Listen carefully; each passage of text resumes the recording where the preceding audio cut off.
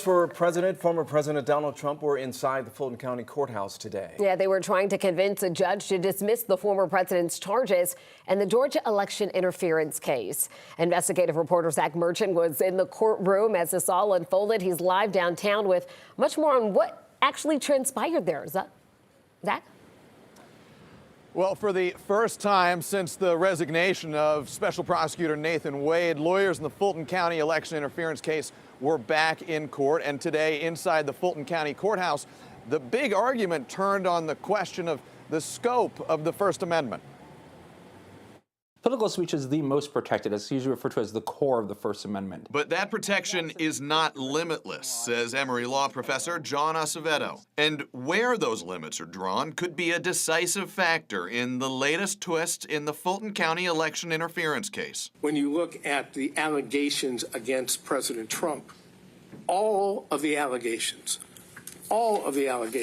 involved expressive conduct or speech. Today, Steve Sadow, a defense attorney for former President Donald Trump, asked Judge Scott McAfee to dismiss the charges against the former president, arguing Mr. Trump's alleged criminal conduct was actually political speech about the 2020 election, protected by the First Amendment. It's unconstitutional to force an accused, be it the President of the United States, former president, or anyone else, to stand trial on protected speech. But prosecutors countered the First Amendment does not give blanket protection to all types of speech. Speech integral to criminal conduct is not protected. What we have heard here today is an attempt to rewrite the indictment, to take out the parts that are inconvenient and only say, well, it's all speech, it's all talking, and he was just a guy asking questions.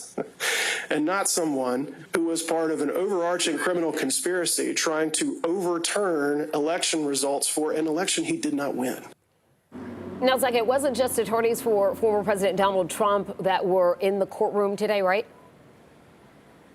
That is right. Craig Gillen, the defense attorney for David Schaefer, who is the former state GOP party chairman, was also in court today. Gillen asked the judge to throw out the charges against Schaefer on procedural grounds.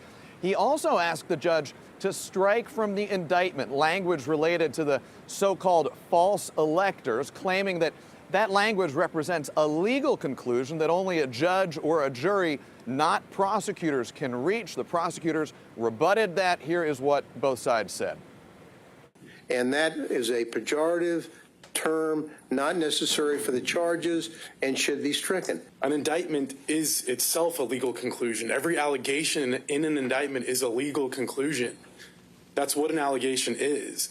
And so if indictments aren't allowed to have legal conclusions, then I guess we aren't allowed to have indictments anymore.